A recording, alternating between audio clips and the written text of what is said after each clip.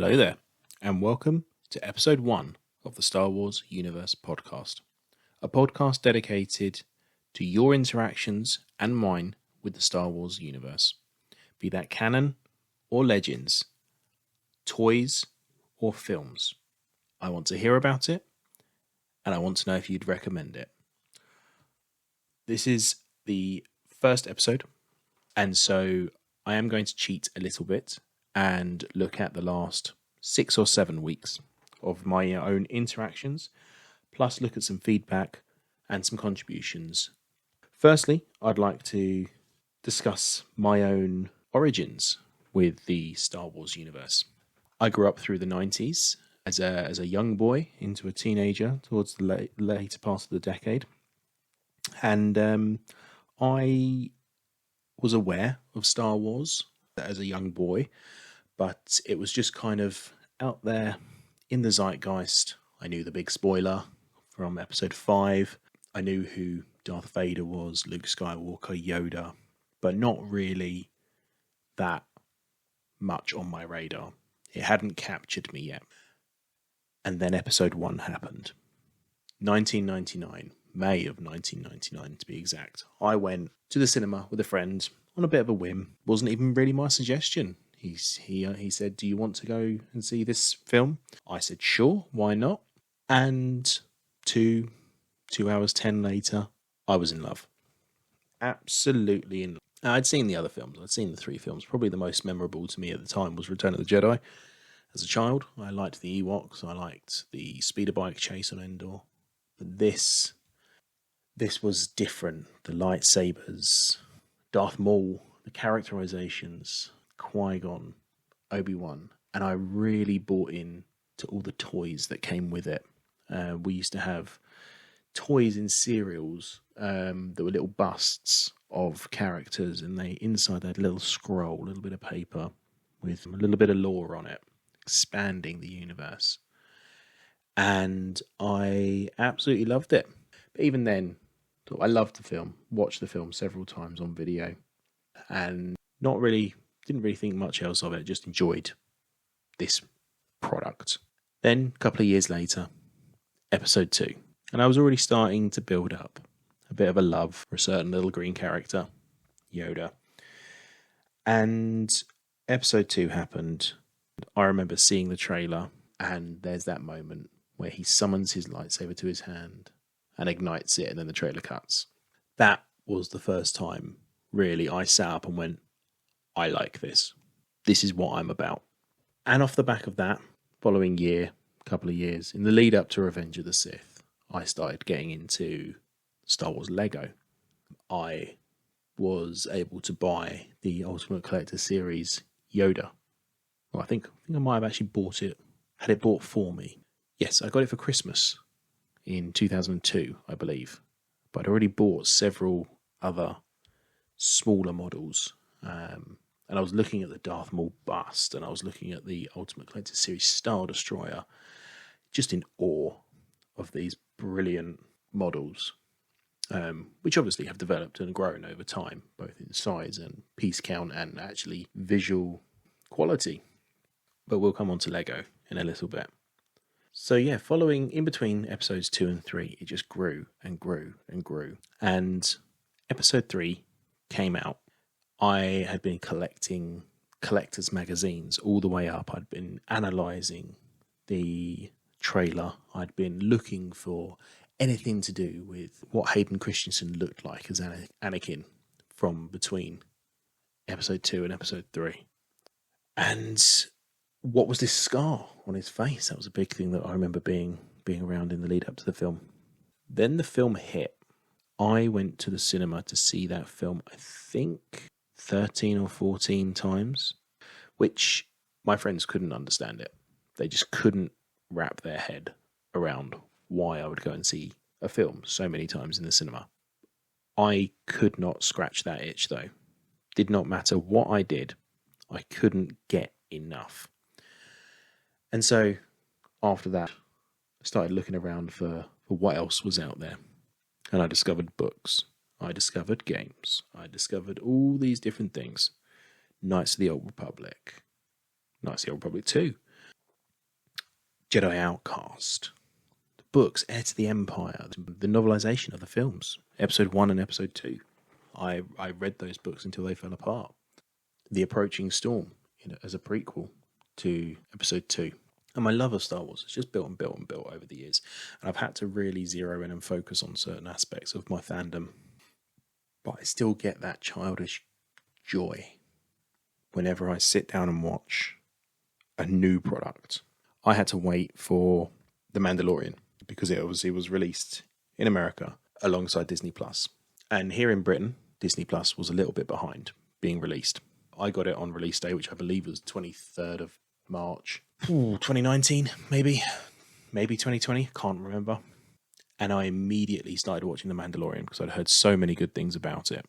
And the end of that first episode, when we get who we now know as Grogu, that moment was spoiled for me because obviously, as I say, difference in time.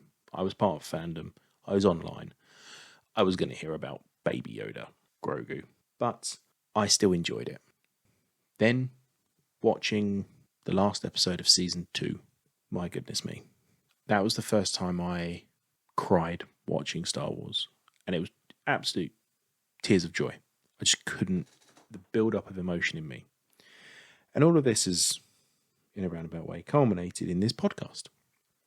I have looked around various Reddit subs, podcasts, Twitter groups, Facebook groups, and they all seem to specialise in something within the fandom, which is great. And I will be shouting out some of those at the end of the show. Because without them, and without their influence via podcasts and the communities they've built around their podcast, this one wouldn't exist. But I wanted to create something that was kind of a one-stop shop for fans to recommend.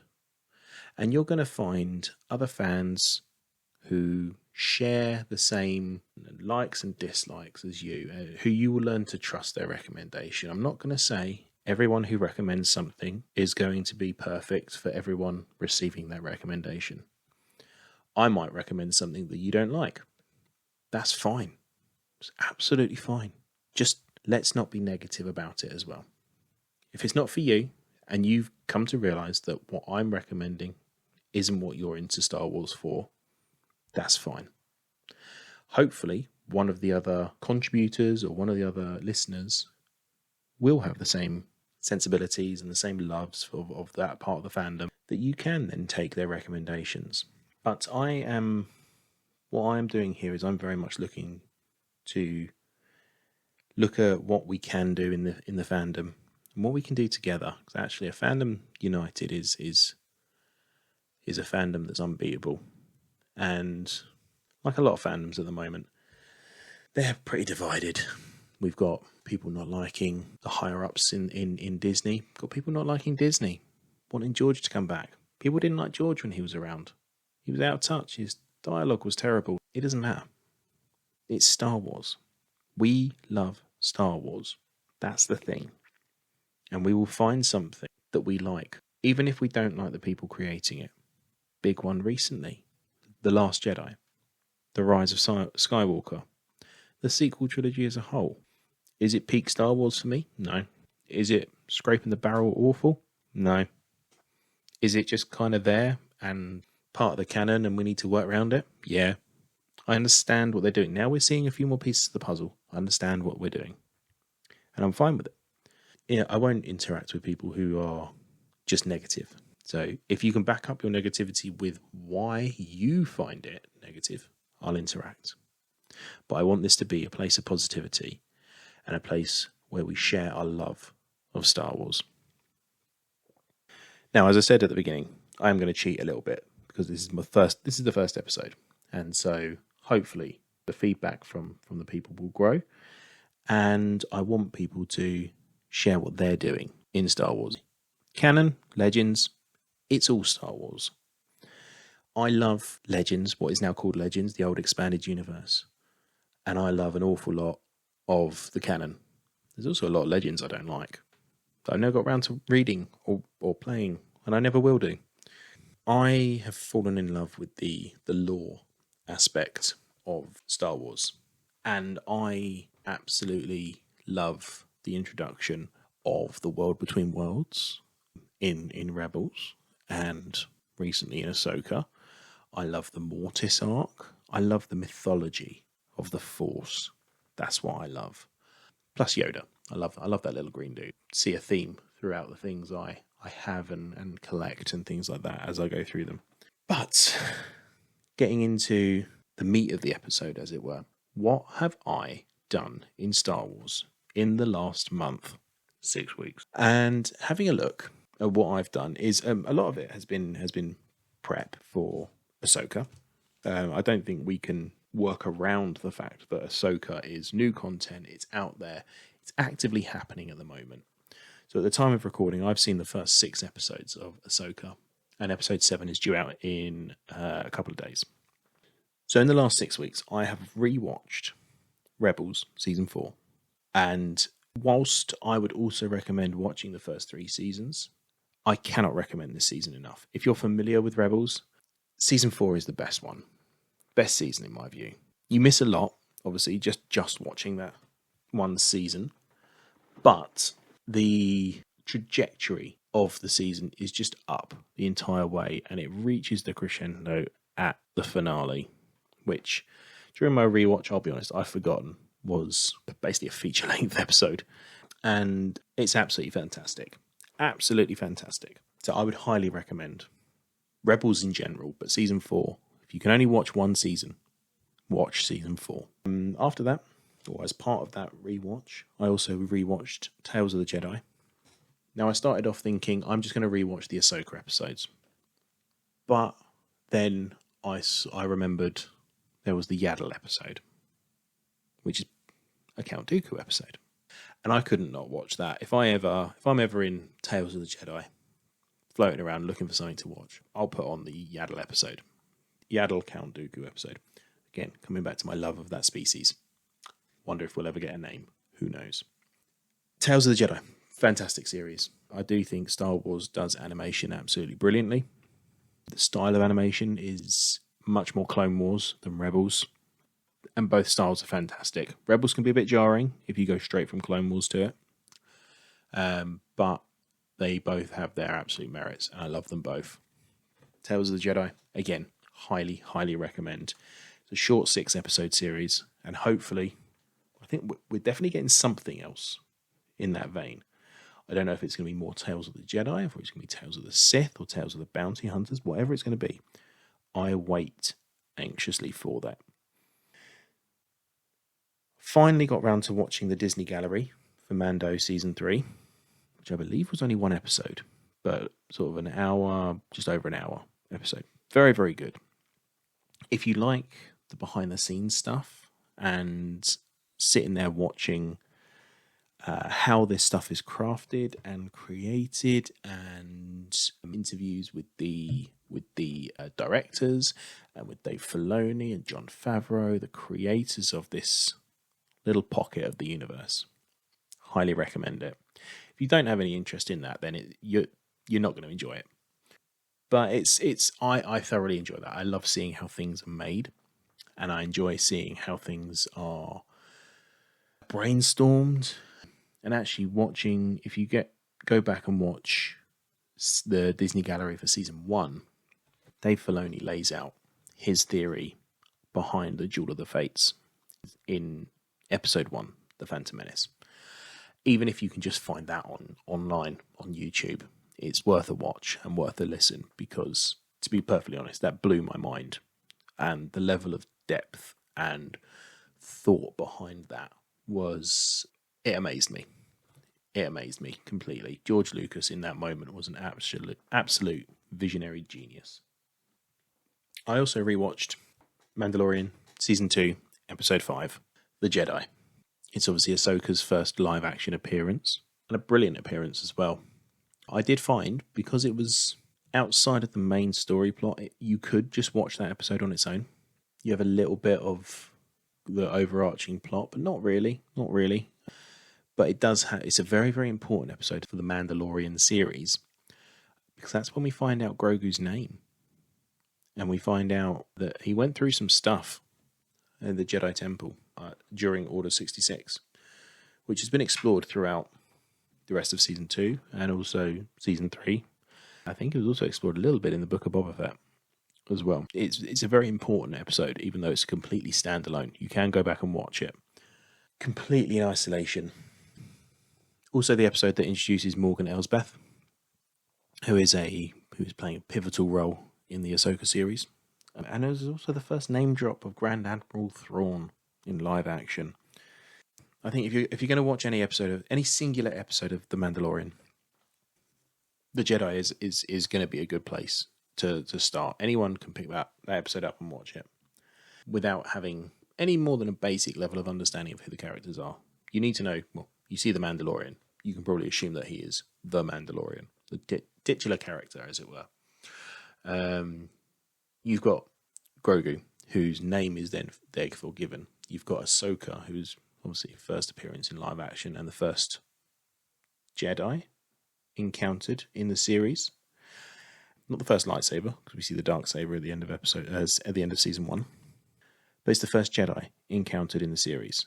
So it's a pivotal episode, but you can absolutely watch it on its own. So I would highly recommend that singular episode, but I would also recommend watching The Mandalorian as a whole.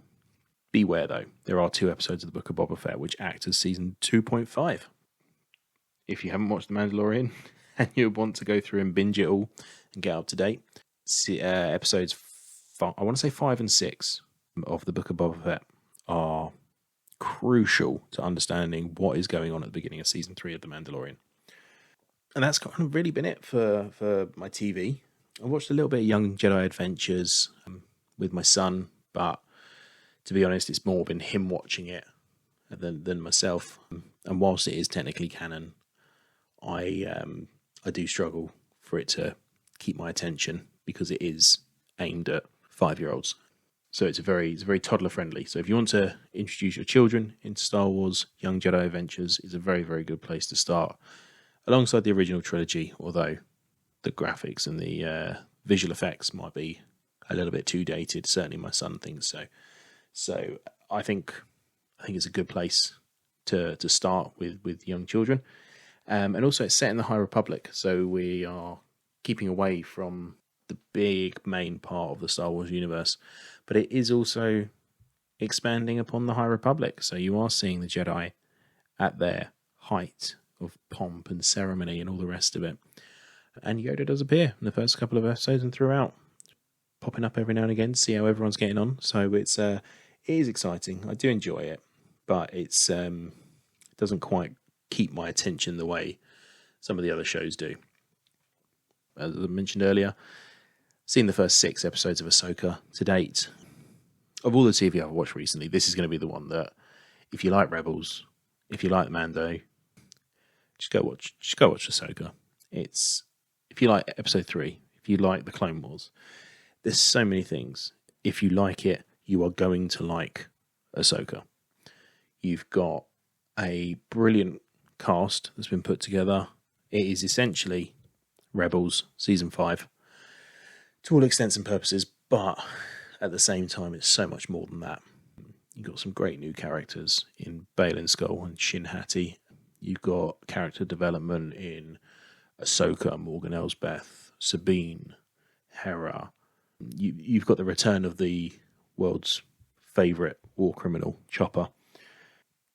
It's just fantastic. I cannot wax lyrical enough about Ahsoka. It's absolutely brilliant. For me, I know there have been some negativity thrown out around there.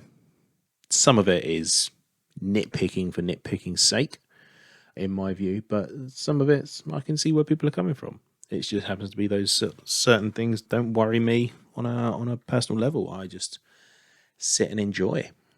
There were moments, certainly in the last couple of episodes, where I had to actively realise that I had to make a conscious effort to shut my mouth because it had just fallen open with how some of the things were happening and unfolding. Absolutely brilliant. Highly, highly recommend. But I also listen to a lot of books. I would love to have time to sit down and read book after book after book like I used to in my teenage years. God, I remember thinking I couldn't wait to grow up to be able to do whatever I wanted whenever I wanted to do it. And now as an adult, I don't actually get any time to read, so I have to listen to audiobooks to get through the books I want to read. But it works. It works for me. I've actually listened to a surprising amount of audiobooks. So I've finished off Quest for Planet X from Phase 2 of the High Republic. Thrawn, Lesser Evil, the finale of the Ascendancy books. Path of Vengeance, which is the finale to Phase 2 of the High Republic. And I've started and probably around about halfway through From a Certain Point of View, which is the episode 4 book. And I do already have episode 5 downloaded and ready to go for when I finish episode 4. So starting with Quest for Planet X. It's a younger reader book from Phase 2 of the High Republic. I've listened to every book from the High Republic that is available on audio in the UK. So I am missing a couple, such as Into the Dark. Very annoyed that that's not on there. But the rest of them I've pretty much listened to everything at this point in time. Quest for Planet X, fun little book. Nothing too serious happens. It's a young reader book, and it's just a good, fun little romp through the galaxy of stuff happening, people looking for Planet X. It does have, in the context of the overall story, it does have slightly bigger implications, which I didn't realise until I listened to Path of Vengeance about what Planet X actually is. But this is not a place for spoilers. Quest for Planet X. If you are a completionist on the High Republic or any element of Star Wars reading, I would highly recommend it. It's a good fun book, and it's not too long, 7 or 8 hours. I would recommend it. If you're not, it doesn't add a huge amount to the overall story, and so can be missed, as much of the young reader novels are like that in the High Republic. So yeah, if you're not all about reading everything, you can skip it with no great shakes. Thrawn, Lesser Evil. Now, I am a huge Thrawn fan, probably second favourite character behind Yoda. Heir to the Empire trilogy got me into it. Followed up by Survivor's Quest, then followed up by Outbound Flight. Then I went back and read The Hand of Thrawn duology, and then the new canon books came out by Timothy Zahn. I was resistant. I was resistant to the idea of the new canon, as it were, when it first came out. I liked my EU, now Legends, and I liked the story it had created, and it took me a few years to get used to that. In the last 4 or 5 months, I've listened to the In Star Wars Galaxy Thrawn trilogy in the lead up to his appearance in Rebels, and throughout his appearance in Rebels, in fact. And then I listened to the Ascendancy trilogy, which is set prior and is a deeper dive and a deeper look into the Chiss Ascendancy and the workings and the threats they face. Lesser Evil is a long book. I think it clocked in at nearly just over 23 hours. And I think that trilogy alone sits at around about 51 hours in total. So it's a commitment to listen to those 3. Are they brilliant? No, if I'm honest. I love Thrawn, but the first book is brilliant. The second book is fine. It felt like a bit like a chore to get through it. The third book I enjoyed. I did enjoy it. It's the longest of the 3, but it was good. I did enjoy it. So overall, would I recommend it? Yeah, if you like Thrawn, it's good, but be prepared. It's a bit of a slog in the middle. Path of Vengeance. It's a young adult novel and the finale to the High Republic Phase 2. Fantastic book. I have been on record in a variety of different places saying that I've struggled with Phase 2 of the High Republic. It hasn't gripped me the same way that Phase 1 did. I don't know why. I think it's just the absence of Marchion Ro and main Jedi in the High Republic Phase 1 of Avar Kriss, Stellan Gios, and Elzar Mann, plus the other Padawans who play a crucial role.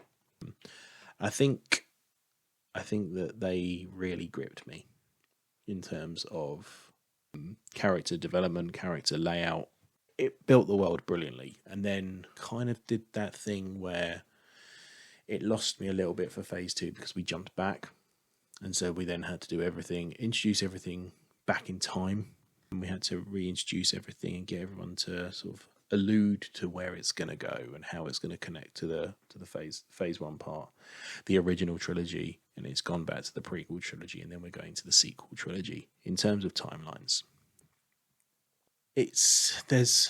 there are some brilliant characters in it though, and I have grown to love phase 2 a little bit more, but that's mainly been helped with the young adult books, which in this one are absolutely crucial. In phase 1, you could read the 3 adult novels, and that was it. That was all you needed. And everything else was just world building on top of that.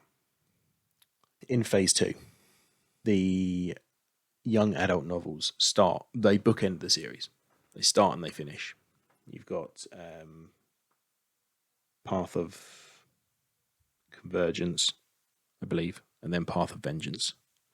You've got an audio drama in there as well, phase 2, which is the Battle of Jeddah, which, fine. It was fine.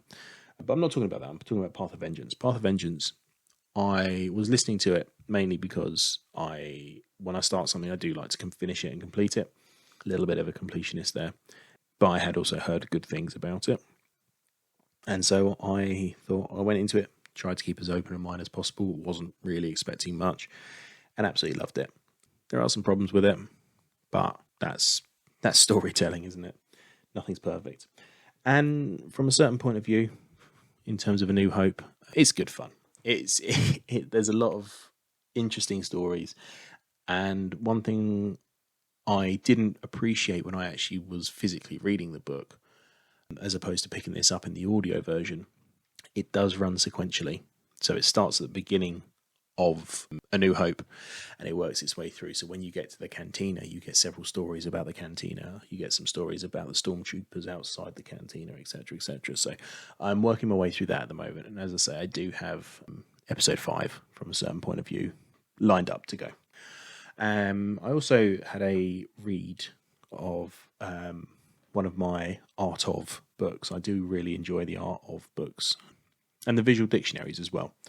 But this one I was reading The Art of the High Republic, phase 1. And I really like the concept art in it and actually reading the comics as well. So you then get to see the finished product, what they started with, and there are some great characters in there. Marshall Rowe already mentioned, Buriaga. Bel Zetifar is another good one. Keeve Trennis, who I really, really enjoy. Loden Greatstorm, what a name. Fantastic. There's some really, really good characters in there. And some interesting takes on Force users. You've got the Pathfinders, you've got hyperspace isn't really a full thing yet. It's getting there, but they're figuring it out. If you enjoy the art of books, the art of the High Republic is beautiful. Probably my favourite character from phase 1 that I do like to read a bit more about, and I can't wait to hear about more, is Geode. I love the fact that they've just made a rock sentient, but no one really knows how sentient. No one really knows how he moves. No one really knows how he pilots.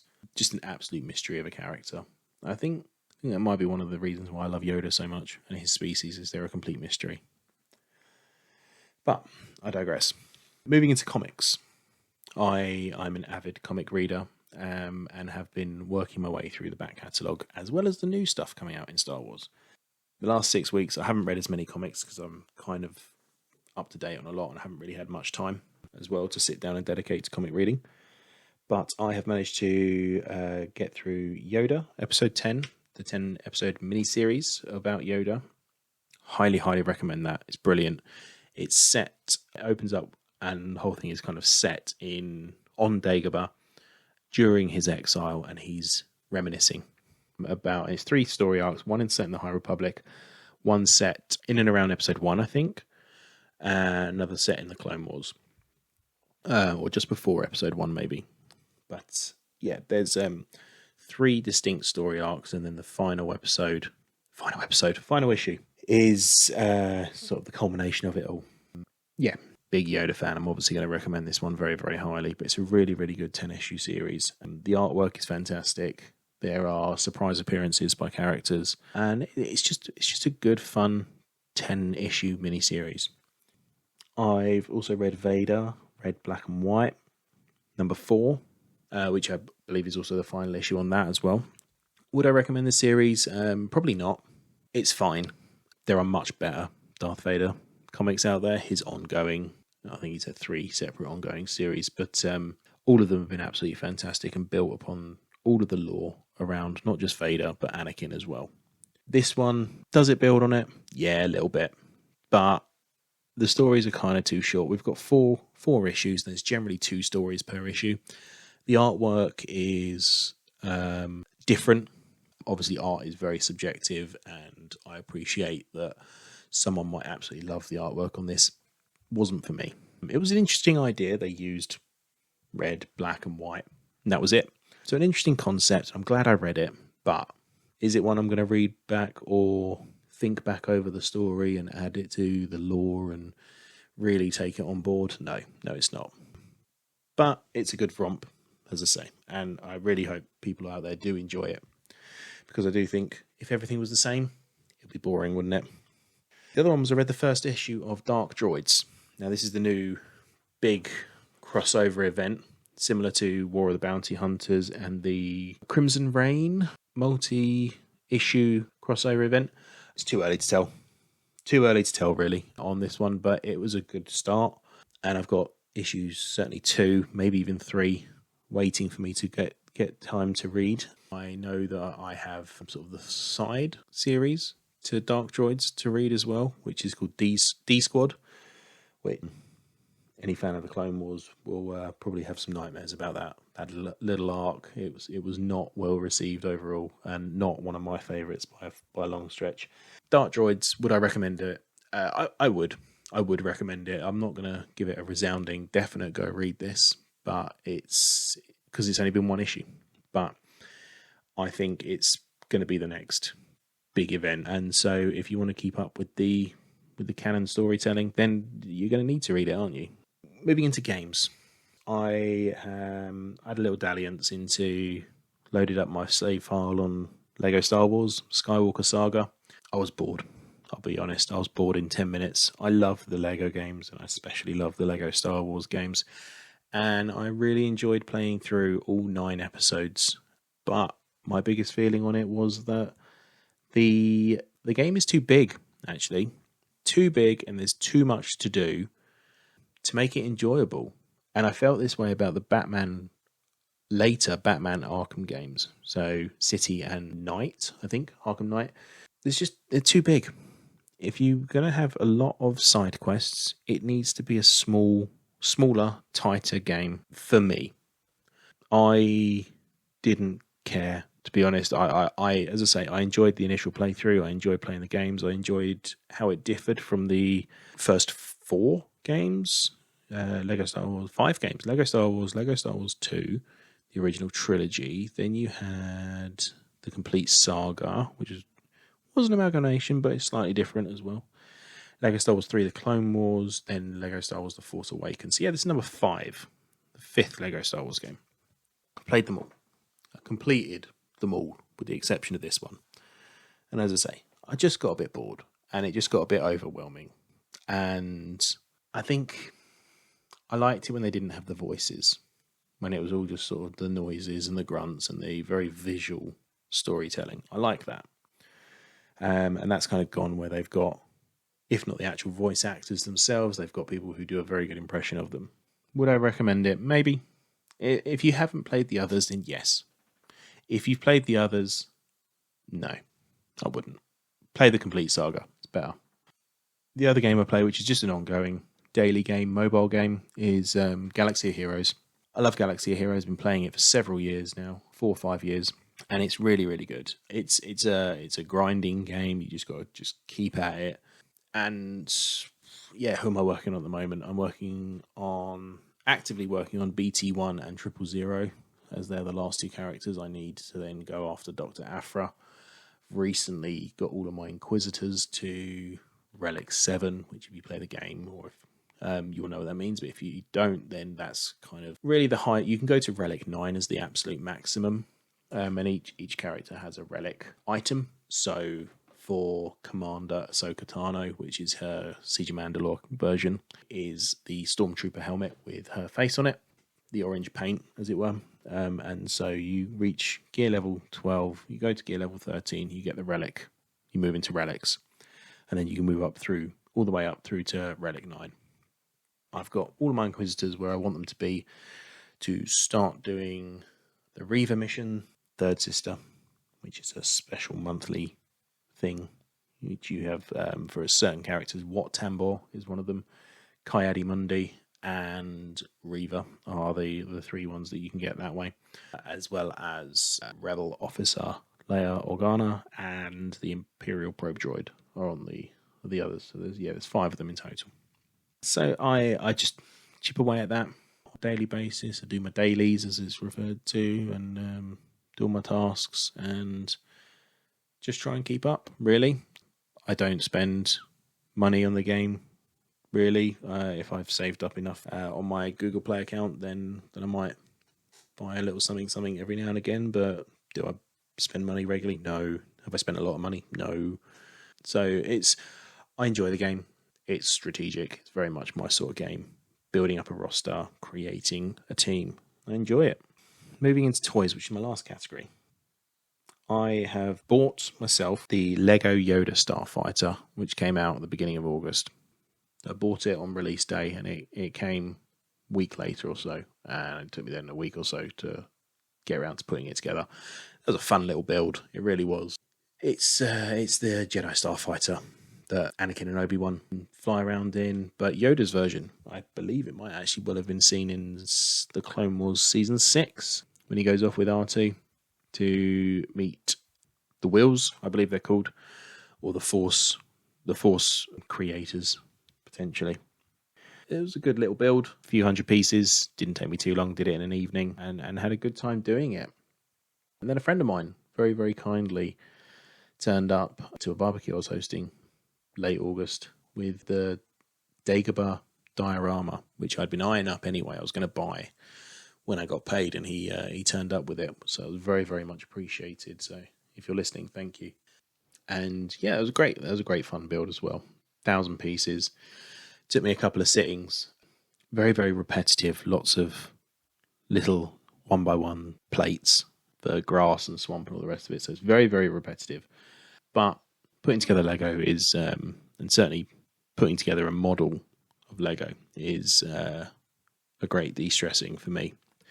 Very soothing, and it came at just the right time. I was having a bit of a stressful time with work, and I just needed to put on a podcast or listen to some music or listen to an audiobook and put together some Lego. So that came at the right time. Would I recommend it? Absolutely, I would. It's a fantastic centerpiece for my display.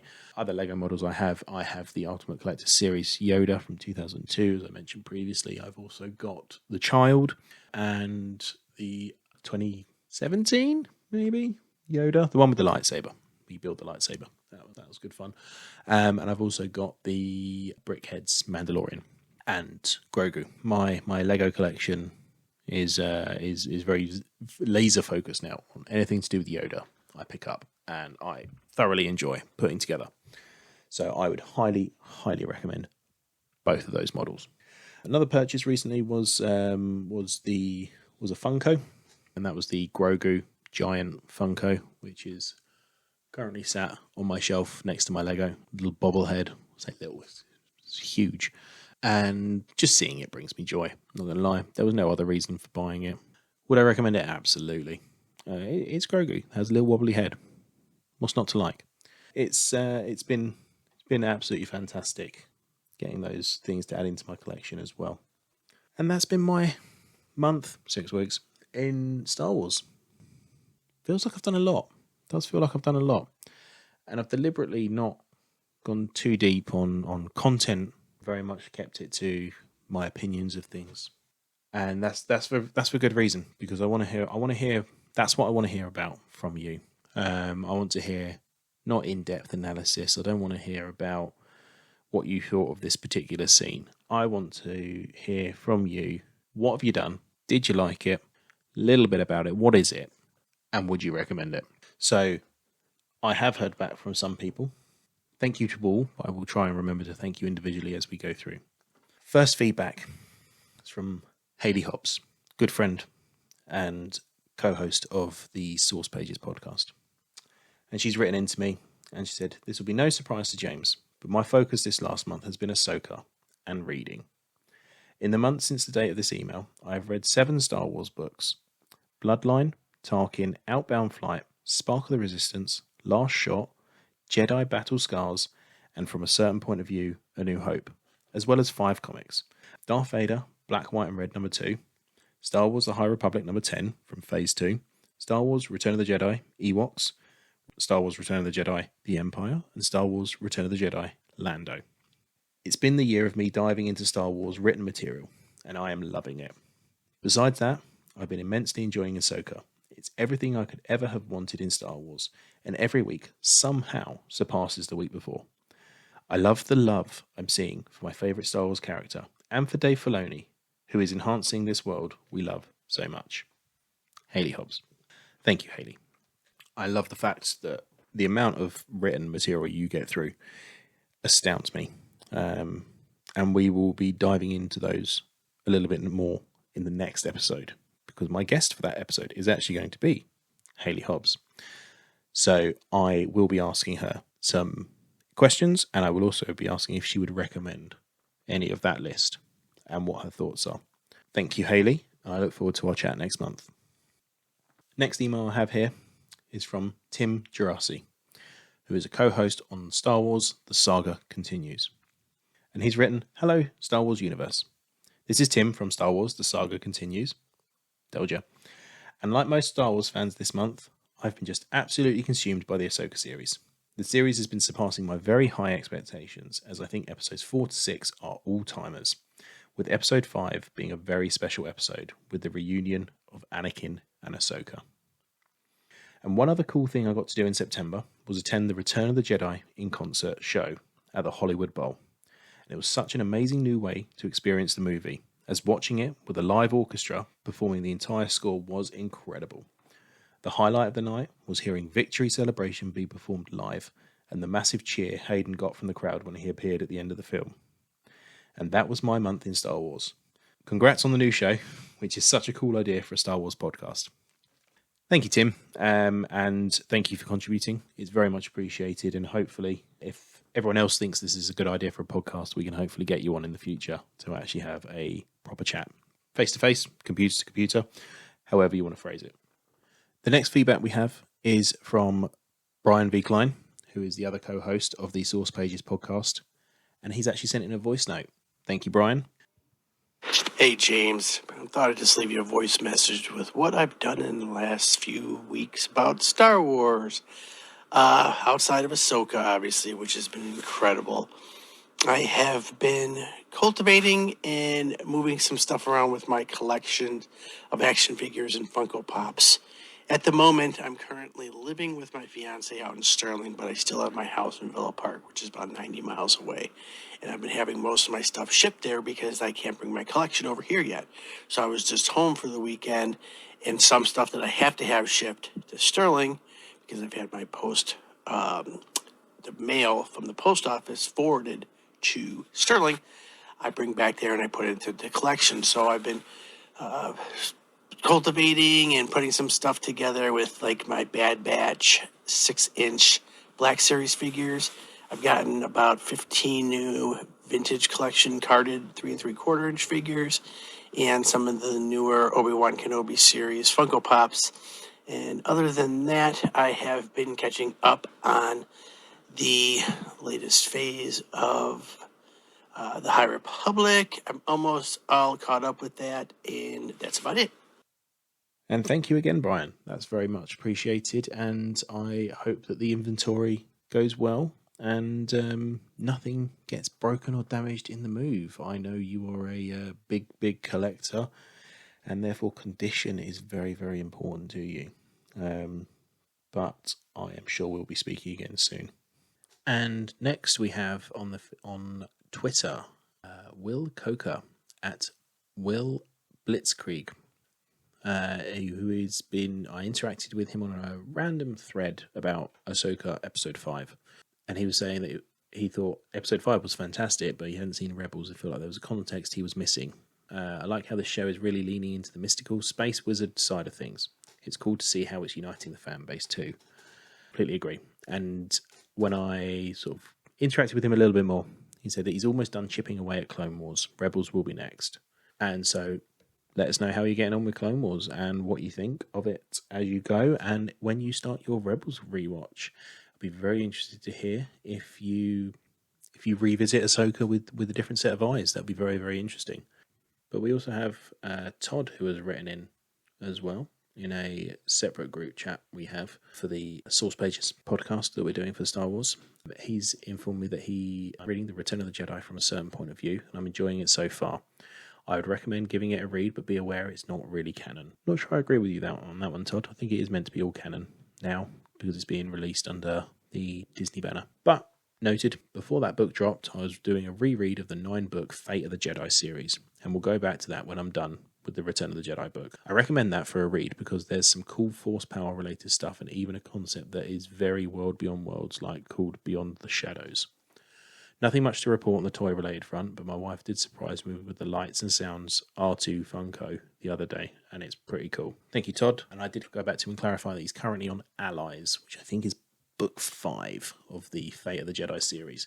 I got 3 or 4 books through Fate of the Jedi series before I made the switch to canon, and whilst it can be read on its own, that 9-book series, it is beneficial to also read the Legacy of the Force series before it, which is another 9-book series. And if you really want the full story, then New Jedi Order, which is 19 books. So if you've got the time to read 37 books to get the full picture, that's my recommendation. But I'm glad, Todd, that you're enjoying Fate of the Jedi, and I'm glad you're also enjoying Return of the Jedi from a certain point of view. So thank you for that. Another feedback on Twitter is from Fry Guy, Frei Guy, who is at FryGuy86. Apologies if I've said your name wrong there. Who has said that Ahsoka is their favourite fictional character. She helped me combat my own indoctrination, and Clone Wars is some of my favourite Star Wars stories. So, Ahsoka, Shadow Warrior, was everything I could have dreamed of. Watching Ahsoka work through her trauma and grief, and Hayden come back and embody Clone Wars Anakin so well. His warmth, his bravado, his leadership, it was wonderful. Ariana Greenblatt, was an amazing young Ahsoka. Seeing her as a child soldier unsettled me, unlike the animated version ever could. Her and Hayden had great chemistry, and I hope we get to see more of her. And the new episode tonight was a delight as well, but I haven't had enough time to process that one. I'm currently attempting the Herculean task of reading through the Star Wars timeline in chronological order, Legends and Canon. I just started Lost Tribe of the Sith. I'm liking it so far. Starts with a bang. A Sith vessel falling out of hyperspace and crashing on an unknown planet. And lastly, I'm listening to a More Civilized Age podcast. It started as a Clone Wars deep dive and now it's Star Wars in general. They started Rebels, but due to the writer's strike, they've moved to Tales of the Jedi comics and Knights of the Old Republic, which I'm playing along in. Thank you very much, Fry Guy. Much appreciated. And it sounds like a little podcast recommendation there as well, which is fantastic. Yes, I have read The Lost Tribe of the Sith, and I'd recommend it. It was a good book. A series of short stories, I should say. And very, very interesting.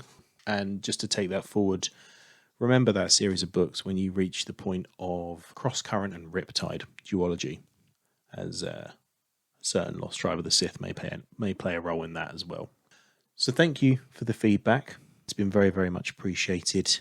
Now on to our Friends of the Podcast section.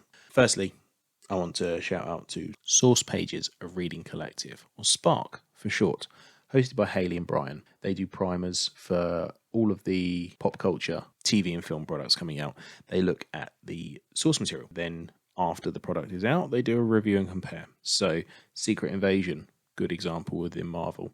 Ahsoka is one that I've been on recently doing a review of Rebels, and we will be doing a review and compare of the Ahsoka series. We also have Star Wars, The Saga Continues. So the 3 guys over there, Tim, Kyle, and Paul, good guys. I interacted with all three of them on Twitter and have done for many a year. If you want a really deep dive into each episode, trailers, movies, really live action stuff, Paul and Kyle can go at each other a little bit over the sequel trilogy, but it's all in good banter, all good fun. So give those guys a listen. I mentioned earlier that I play Star Wars Galaxy of Heroes. If you want a really, really good podcast for that, then I can really recommend the Galactic War Report podcast, a weekly podcast where they review what they've done in the game, what's been released, and what's upcoming. I have utilised their podcast several times to better understand the game, better understand characters in the game, how to utilise